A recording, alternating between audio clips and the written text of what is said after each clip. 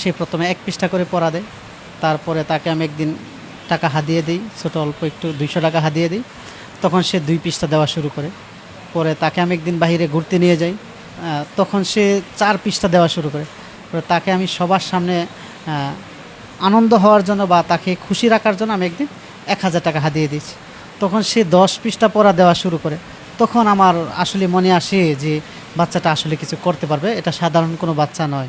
সময় দর্শক, আমরা রয়েছি আল মুসলিম মাদ্রাসায়। আমাদের সাথে রয়েছেন, আমরা যে সারোয়ারের জীবনে শুনেছি সেই সারোয়ারকে গড়তে আজকে যিনি পিছনে অপরিসীম ভূমিকা রেখেছেন তিনি হলেন আল মুসলিম ইন্টারন্যাশনাল মাদ্রাসার সম্মানিত প্রতিষ্ঠাতা পরিচালক হাফেজ কারি মুসলিম উদ্দিন হুজাইফা, যিনি মিরপুরের ভিতরে একটি চমৎকার প্রতিষ্ঠান সাজিয়েছেন এবং অল্প সময়ের মধ্যে তিনি প্রতিষ্ঠানকে ব্যাপকভাবে মিরপুরের ভিতরে আলোড়ন ছড়িয়েছেন। আল মুসলিম ইন্টারন্যাশনাল মাদ্রাসা, আমরা একটু শুনতে চাই যে আসলে এত তাড়াতাড়ি 9 মাসে কীভাবে হাফেজ হওয়া যায়, হাফেজ হওয়া কীভাবে সম্ভব, সে কীভাবে পড়েছে, সে ছাত্র হিসেবে কেমন ছিল, আমরা একটু ওস্তাদের কাছ থেকে জানবো ইনশাআল্লাহ। আসসালামু আলাইকুম। ওয়ালাইকুম সালাম রহমতুল্লাহি ওয়া বারাকাতুহু।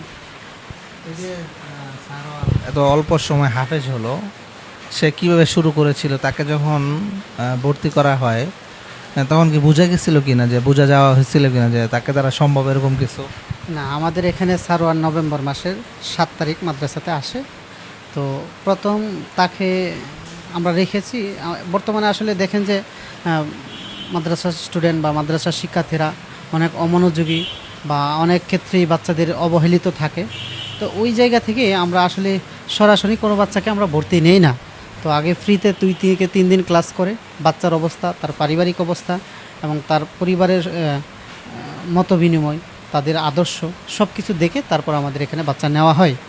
তো সেই জায়গা থেকে আমরা তাকে ফ্রি 3 দিন ক্লাস করানো হয়। তো ক্লাস করানোর সময় আমরা বাচ্চাটাকে খুব শান্ত এবং ভদ্র দেখেছি। তারপরে যখন তার বাবা আসে আমাদের এখানে ভর্তি করতে, তার মা আসে, তখন তার ভর্তিটা পর্যন্ত আমার একজন অভিভাবক দিয়েছে। সে ভর্তির টাকাটা দিবে যে সেই পরিস্থিতিও তার পরিবারের ছিল না এবং সে দেয়নি। তো আমার একজন অভিভাবক অল্প একটু নামের জন্য আমরা ভর্তি নিয়েছি, ধরেন 2000 টাকা আমরা নিয়েছি তার ভর্তি বাবদ। আর বাকি হচ্ছে আমাদের এখানে যারা আবাসিক থাকে তাদের আমরা খরচ নিই 12,000 টাকা। তো সেই জায়গায় মাত্র তাকে নামের জন্য ফ্রি খাওয়াইলে আসলে আল্লাহ তাআলা কখন কাকে হালাক করে দেয়, এই ফ্রির যেন দায়বদ্ধতা তার কাছে না থাকে, সেজন্য তার কাছ থেকে সামান্য পরিমাণ অর্থ নেওয়া হয়, সেটা হচ্ছে মাত্র 2000 টাকা আমরা নিয়ে থাকি। তো তখন যখন আমাকে ভর্তি করে তখন ওর মা বাবা কান্না করে আমাকে বলতেছিল যে হুজুর, আমার অনেক স্বাদ আছে আপনার প্রতিষ্ঠানে পড়ানো, আমি বাহির থেকে অনেক কিছু দেখি, আপনার প্রশংসা শুনেছি, কিন্তু ভর্তি করি আপনার প্রতিষ্ঠানে খরচ দিয়ে পড়ানোর মতো আমার সাধ্য নেই। আমি বলছি সমস্যা নেই, আমাদের ছাত্র ভালো হইলেই হবে। তো তার থেকে তার আমি হাতে নিলাম, নেওয়ার পরে তার হিফজ পড়া শুরুতে অনেক কষ্ট হচ্ছিল। তো কষ্টর জায়গা থেকে তাকে আমি মায়ের বা ধমক বকা এগুলো না দিয়ে তাকে আমরা ভালোবাসতে শুরু করি। বাচ্চারা যেহেতু ভদ্র, তা আশা করি ভদ্র জায়গায় তো আল্লাহ তাআলার কোরআন এবং রহমত আসে। নিচু জায়গাতে যেমন বৃষ্টির পানি জমা হয়, নরম ছাত্রদের, আমলের ছাত্রদের কাছে আল্লাহ তাআলার কোরআন অবশিষ্ট আসে। তো ওই জায়গা থেকে আমার নজরে আসলো বাচ্চাটা যেহেতু ভদ্র, আমি আশা করি যে ছাত্রটা কিছু ভবিষ্যতে করতে পারবে। তো ওই জায়গা থেকে সে প্রথমে 1 পৃষ্ঠা করে পড়া দেয়। তারপরে তাকে আমি একদিন টাকা হাদিয়ে দিই, ছোটো অল্প একটু 200 টাকা হাদিয়ে দিই। তখন সে 2 পৃষ্ঠা দেওয়া শুরু করে। পরে তাকে আমি একদিন বাইরে ঘুরতে নিয়ে যাই, তখন সে 4 পৃষ্ঠা দেওয়া শুরু করে। পরে তাকে আমি সবার সামনে আনন্দ হওয়ার জন্য বা তাকে খুশি রাখার জন্য আমি একদিন 1000 টাকা হাদিয়ে দিয়েছি। তখন সে 10 পৃষ্ঠা পড়া দেওয়া শুরু করে। তখন আমার আসলে মনে আসে যে বাচ্চাটা আসলে কিছু করতে পারবে, এটা সাধারণ কোনো বাচ্চা নয়।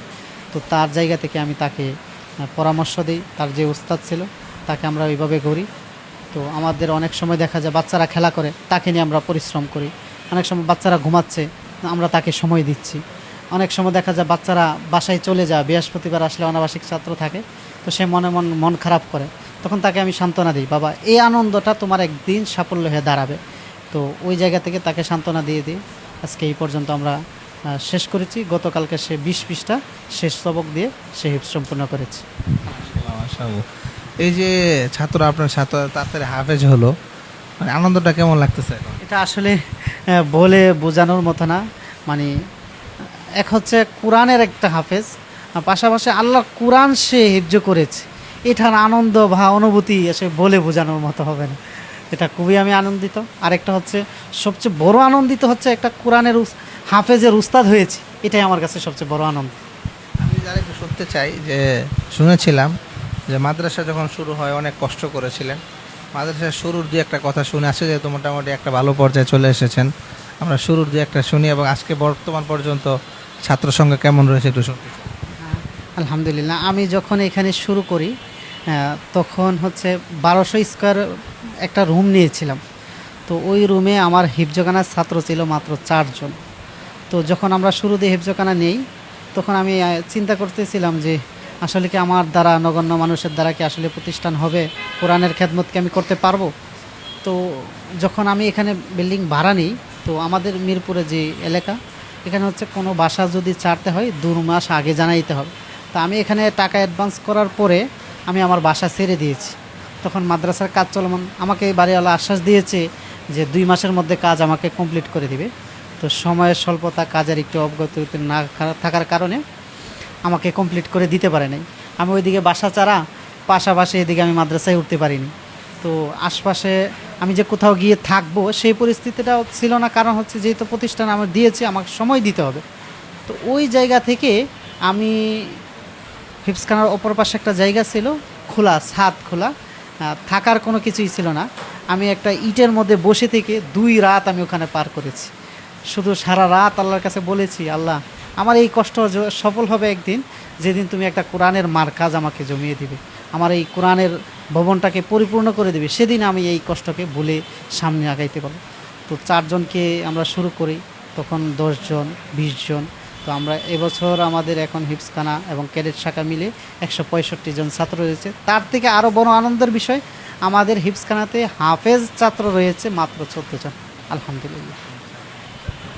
আল্লাহ তাআলা আপনাকে কবুল করুক, আল্লাহ আপনার প্রতিষ্ঠানকে অনেক বেশি তারাক্কি দান করুক। আমি চাই, যেহেতু এটা মিরপুরের ভিতরে আছে, আমি চাই পৃথিবীব্যাপী ছড়িয়ে পড়ুক এই আল মুসলিম ইন্টারন্যাশনাল মাদ্রাসা। সেই প্রত্যাশা রইল, দোয়া রইল। আমরা আজ বিদায় নিব। আমরা চাই আপনার মাধ্যমে এরকম আরও সারোয়ার তৈরি হোক আল মুসলিম ইন্টারন্যাশনাল মাদ্রাসা থেকে।